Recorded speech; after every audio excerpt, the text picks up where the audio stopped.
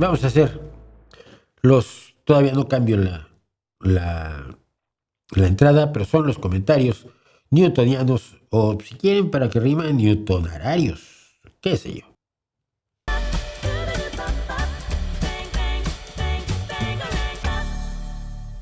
Cuando yo hablaba de curso para ANCAPs para narcocapitalistas, hablábamos de lo que significaría la muerte del Estado para los anarcocapitalistas. Es decir, si no hay Estado, nadie cuida su dinero, lo cual es un problema. Pero entonces siempre aparece alguien como Vicente Villafuerte que dice, en el anarquismo de verdad, el de izquierdas, no sé por qué es más de verdad el de izquierdas que el de derechas, si son lo mismo, no existiría la propiedad privada, por lo cual no existiría el robo. Si necesitas algo, lo pides. Suena muy bonito, no lo niego. El folleto publicitario es de lo más atractivo. Mi pregunta, ¿y si lo agarras? ¿Y qué tal si agarras todo lo que es propiedad social? Toda la leña, toda la comida, todo el ganado, todos los coches, y le rompes la cabeza al que proteste. ¿Qué tal va saliendo el anarquismo de verdad? El problema del anarquismo es, siempre lo he dicho, es que parte de un consenso de gente entre iguales, donde todos deciden respetar exactamente lo mismo. Con uno que rompa la ley, das al traste con toda la sociedad, porque claro, el que rompe la ley no tienes forma de controlarlo, no tienes leyes, no tienes sociedad, no tienes policía, no tienes cárcel, no tienes jueces, no tienes nada. Es anarquismo. Si empiezas a crear leyes y a tener lo que decía yo en el vídeo, legislativo, ejecutivo y judicial, pues entonces ya no es anarquismo. Ese es el problema que tiene. Leo Giro-san, su merced, tengo una duda. ¿De verdad no son gringas las bases militares de Morón y Rota? Lo pregunto pues después de buscarme serie por todas partes que les pertenecen a Estados Unidos. Digo, no. Son bases españolas. De hecho, si tú ve un mapa de Rota o de Morón, está la base y está el sector estadounidense. Dentro de la base hay un sector que se le da el uso a Estados Unidos, según convenio de cooperación para la defensa entre el Reino de España y los Estados Unidos de América del 1 de diciembre de 1988. Es así de simple. Dice 345RVV. De acuerdo con todo, pero creo que esa no era la pregunta, lo de la muerte del Estado. Si en el ámbito de comercio de mercado, ¿qué tanto debe o no intervenir el Estado? Y le respondo, el Estado tiene que intervenir tanto como sea necesario para proteger a los trabajadores, a los proveedores, a los clientes, a las partes interesadas, que son generalmente los vecinos alrededor de las empresas, el medio ambiente y la seguridad nacional, que es lo que hace el Estado en los países capitalistas. En algunos lo hace mejor y entonces hay menos problemas, y en algunos lo hace peor y entonces abusan de alguna de estas instancias sociales. Pero el Estado tiene que moderar lo que le haces a la gente a tu alrededor, con leyes que puedan hacerse cumplir. Los trabajadores no puedes explotarlos, los proveedores no puedes engañarlos, no puedes obligarlos a venderte barato, no puedes reventarlos. Los clientes no les puedes vender basura, no los puedes envenenar, no los puedes someter a precios ridículos por tu capricho. Las partes interesadas, no puedes contaminar y no puedes impedir el paso de una carretera que usan todos, porque cuando entran tus camiones no quieres que estén los demás. El medio ambiente, no puedes echar tu basura al río, no puedes contaminar el aire, no puedes tirar todos los árboles que se te dé la gana sin plantar otros, etc. Y la seguridad nacional. Tanto mercado como sea útil y tanto Estado como sea necesario, como sea conveniente, porque, repito lo que dije la semana pasada, el capitalismo crea riqueza mejor que ningún otro sistema que conozcamos, no conocemos más que el de la propiedad social. El capitalismo crea riqueza. El chiste es que crea riqueza sin pasar a perjudicar a otras personas y que luego esa riqueza se distribuya poco más equitativamente. Y dice Cubinto, Giorgia Meloni ha tomado la misma posición que Sánchez y no ha habido tanta repercusión ni amenazas. En mi opinión, el problema que tiene Trump con el gobierno español es que es de izquierdas y no le lamen las botas. Pues que otro problema es que nadie se había atrevido a decir que no hasta que lo hizo Sánchez. Y ahora se han sumado Francia, Italia y Reino Unido, y eso sí que Trump lo ve como un desafío. Todos estaban de acuerdo con él hasta que Sánchez dijo, yo no. Y entonces Francia y el Reino Unido y Italia dijeron, yo tampoco. Luego me dicen, claramente no simpatiza con Rusia. Simpatizo enormemente con Rusia. Simpatizo con sus autores, con sus pintores, con sus músicos. Por favor. Simpatizo con su cultura propia. No tengo nada contra. Con quien no simpatizo es con el criminal de guerra que la gobierna y les jode la vida también a los rusos, por cierto. Es el que no simpatizo con Rusia, no. Con Rusia sí, con los rusos y con Rusia simpatizo muchísimo, con Putin, nanay. Me encanta el detalle del fondo. Dice, la guitarra eléctrica con cabeza de acústica y la acústica con cabeza de eléctrica. No es exactamente así. La eléctrica sí, la eléctrica que está aquí ahora es una Hohner que es una copia de la Gibson Les Paul. Y la Gibson Les Paul siempre ha tenido la cabeza así, la cabeza con tres clavijas a cada lado. La que es rara es esta Yamaha. No, esta. Que es una, y lo saqué porque ya no me acordaba. Es la APX 6CS. Una electroacústica con cabeza parecida a la de Fender. Pero es una Yamaha y es la única electroacústica que Yamaha ha hecho así. No suena mal, la tía no suena para nada mal, tampoco es ninguna maravilla como una guitarra Martin, pero está muy bien. Este año también Deep Purple confirmaron un nuevo disco, sí, y me da muchísimo gusto, le digo, porque es que aprovecho para decir esto. Me encanta Deep Purple y bueno, de la formación, digamos, más común, no fue la primera, pero digo que está es Ian Pace, que es el baterista, pero Ian Gillan y el bajista, cuyo nombre siempre se me olvida, están allí y han traído guitarristas y tecladistas nuevos, tecladistas para tratar de sustituir a un genio impresionante como era John Lord.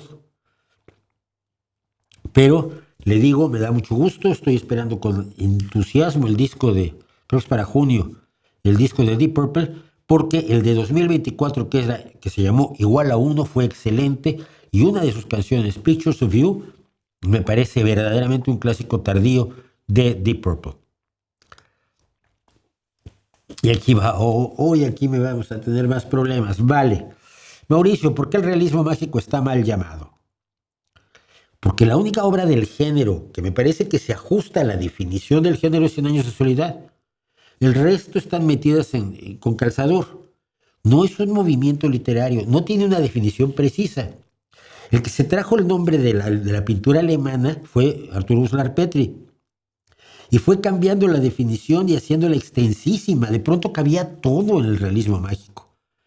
Pues no hay criterios exactos para definir una obra como tal, como si los hay mucho más exactos en la ciencia ficción, el terror, la novela histórica, etc.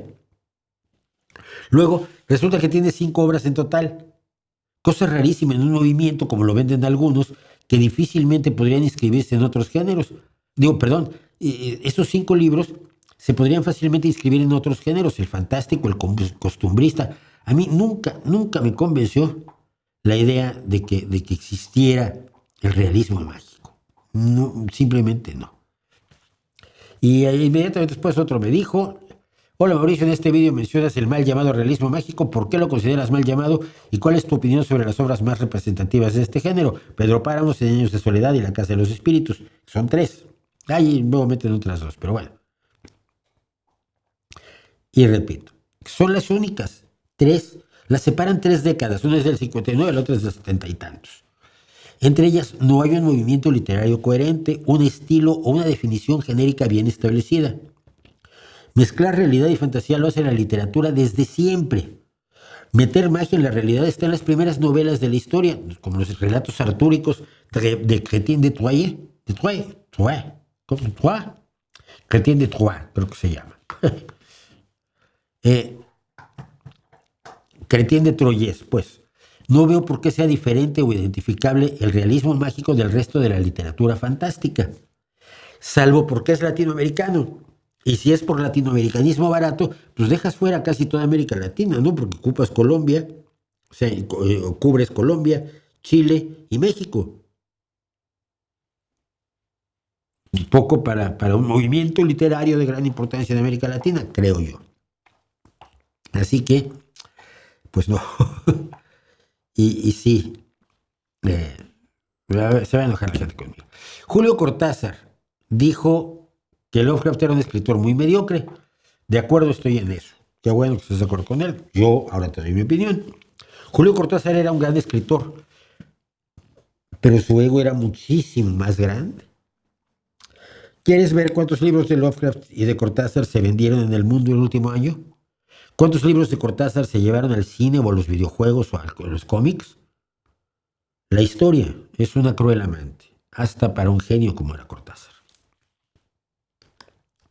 Y luego Ignacio Alfa, madre mía. La pregunta no es por qué avanza la ultraderecha, la pregunta es por qué las políticas de izquierda han demostrado ser inviables, llevando a la gente a buscar otras opciones.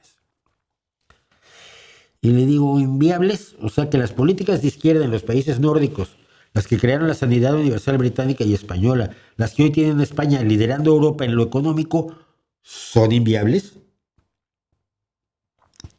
Y el racismo, el sexismo, la homofobia, el nacionalismo excluyente y la defensa de la explotación son viables. Gente como Milei que está destrozando incluso el tejido industrial argentino. ¡Wow! ¿Vives en planeta bizarro? Le pregunto. Luego ya me dijo que no entendía entonces por qué la gente votaba a la derecha, porque hay una narrativa y porque hay una manipulación que podemos ver con enorme claridad. Y yo lo siento.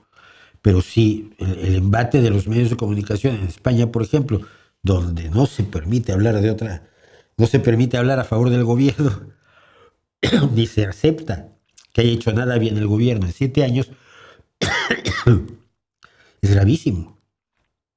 Es gravísimo porque es una manipulación incesante en televisión, en radio, en las redes sociales, en la prensa,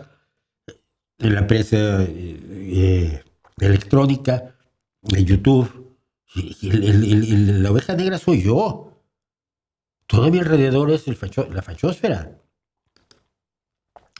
Luego, sobre esto que decía yo de las clases de filosofía, José Guadalupe Hernández, J2E9U, me dice el burro hablando de orejas. Y le contesté, veo tu firma, pero no el contenido, no el comentario. Y además, mi estimado burro, no es necesario que firmes tus comentarios, ¿eh? Jorge Arias me pregunta, ¿leyó Drácula de Bram Stoker y qué opina? Le digo, a ver, es una gran historia cuyo principal problema para muchos es su forma narrativa, la epistolar, que tiene enormes limitaciones. Es decir, es una novela escrita como cartas entre distintas personas. Y este estilo, que es muy del siglo XIX, el sistema epistolar, o la forma epistolar de narrar una historia, a través de cartas que van intercambiando distintas personas, no es muy amable para el lector y menos para el lector actual, ¿no?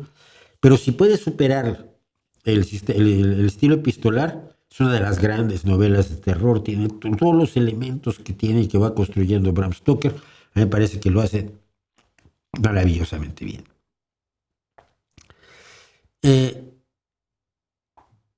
Y curioso, ¿no? Regreso al anterior porque algo que dijo después Jorge Arias. Dice, acabo de terminar el capítulo 19 de la novela de Bram Stoker. Le comento algo que puede resultar un tanto gracioso. En mi mente, Van Helsing es usted, jaja. Mira, me han comparado con muchas personas, pero nunca con Van Helsing. Y no me molesta. Dices que en el libro Van Helsing es descrito como alguien que puede parecer despótico, pero que sabe de lo que habla. Tiene una cantidad abundante de conocimientos y ama la ciencia. Además tiene un temperamento de hierro forjado y un gran dominio de sí mismo. Sobre todo tiene un gran corazón y una bondad sin límites. Incluso su apariencia es como la suya, pues es un señor robusto, o sea, gordito, de estatura media, y es un señor mayor. Espero que no se ofenda. No, hombre, no, por supuesto que no. Dice que es con mucho cariño. Cada vez que leo las palabras de Van Helsing, imagino que es usted el que está hablando. Incluso a veces es medio sarcástico, pero buena gente, como usted se refiere a Van Helsing, por supuesto. Me parece fantástico y delicioso. Y espectacular. Ya, y ahora sí vamos al siguiente. Dice Carlitos Give Nutrición. ¿Qué opinas de la utilidad de la carrera de literatura? ¿La consideras igual de inútil que la carrera de filosofía? Y hay dos versiones de la carrera de literatura: la carrera que busca formar escritores y la carrera que busca estudiar la historia, los estilos, las variantes, las formas de la literatura a lo largo de la historia. Le digo yo, por supuesto que no, en ninguna de las dos excepciones. En la primera, el estudio de lo que se ha escrito y de cómo se ha escrito es de gran valor para la sociedad, para que pueda entender lo que se escribió en el pasado y por qué y cómo se hizo y quiénes lo escribieron. Esto además contextualiza lo que se escribe hoy y mejora su apreciación, su disfrute, las emociones que derivan de la literatura. En la segunda excepción, las escuelas de escritores son enormemente valiosas porque concentran en un plan de estudios lo que los escritores aprendemos a veces a golpes. Lo aprendemos dialogando con otros escritores, metiendo la pata, haciendo cuentos que cuando los recibe el editor te dice, ¿pero qué es esta mierda? Yendo a talleres literarios, etc. De allí, por cierto, que el cierre de la Escuela de Escritores de la Sociedad General de Escritores de México sea una tragedia. Esta maravillosa escuela de escritores que tuvo durante muchos años la Sociedad General de Escritores de México, a la cual yo sigo perteneciendo porque no te pueden echar. Una vez que entras en la SOGEM, me lo decía Fernández Hussein, estás allí para siempre. Entonces yo sigo siendo parte de la SOGEM.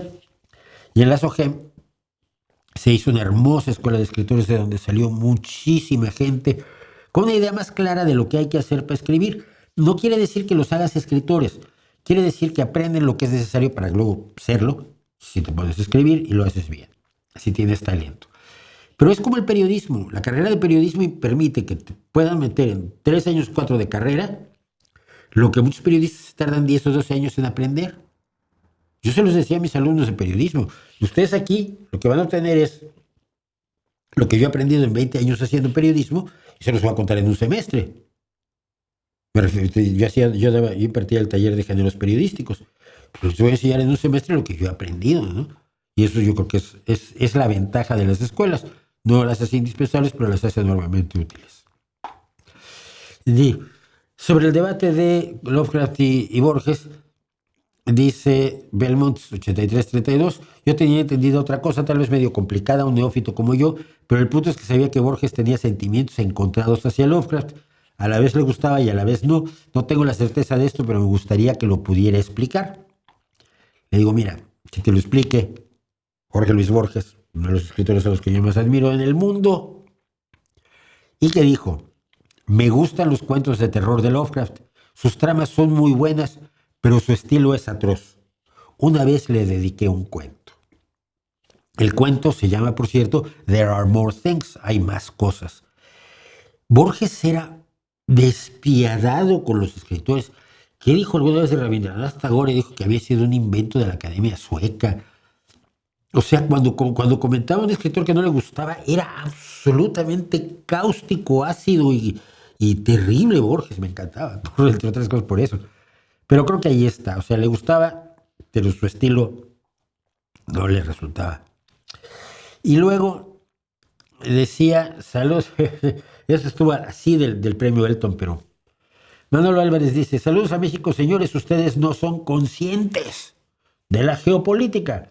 Separados, se refiere a los países que hablamos español, somos fáciles de presionar. Si ustedes se acercan a España, mamá, tendrían tecnología y por su demografía ustedes serían la cabeza de la Unión Comunidad de Iguales, una comunidad de iguales. Y a ver, hijo, mira,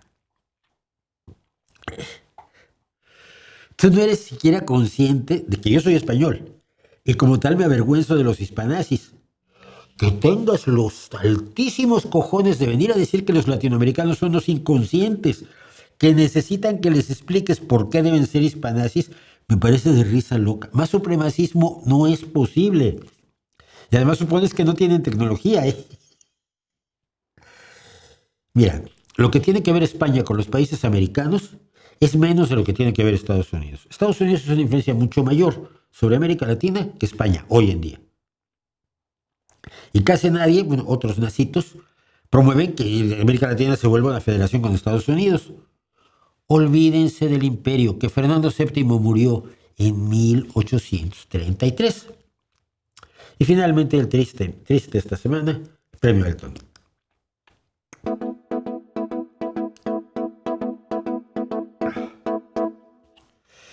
Y Gonzalo de la Barrera 135 dice, gracias a los golpistas nuestro país no es una Cuba. A raíz de lo que yo decía de si se debía o no excarcelar a los golpistas chilenos, que por cierto yo me quedé en la duda, yo dije, yo no sé. Y mucha gente me insultó porque yo quería que liberaran a los golpistas y otros me insultaron porque soy un malvado que no quiero que liberen a señores de 90 años con Alzheimer. Yo no me pronuncié ni en un aspecto ni en otro. Dije que es un debate que hay que tener. Pero ya que dice esto Gonzalo Barrera, le pregunto, a ver, hay que ver si en Cuba se asesinó así a 2.300 personas, se torturó brutalmente a 33.000 y se desapareció a más de 1.200 como hicieron tus héroes. Primero que nada, Allende fue electo, no se impuso con una revolución y tus asesinos se cargaron la tradición democrática chilena, que era larga, durante casi 20 años de miedo. Tú no sabes si Chile se habría convertido en Cuba, pero sí sabemos que estas bestias convirtieron a Chile en uno de los ejemplos más brutales de dictadura apoyada desde Estados Unidos. Que la dictadura de Pinochet es uno de los ejemplos clave de la barbarie gorilesca de los militares de ultraderecha. No sabemos si se convertiría en Cuba o no, pero sabemos en qué se convirtió. Porque mira, te acepto que estés en contra de Allende, te acepto que estés en contra del programa de gobierno de Allende, te acepto que digas que Allende tenía que ser echado. Bueno, es tu opinión. Pero que aceptes, aplaudes y admitas que eso se consigue asesinando, torturando, violando, robando niños y haciendo todas las barbaridades que hizo el golpismo chileno, eso sí no lo entiendo. Si ese es el precio a pagar, igual es muy alto.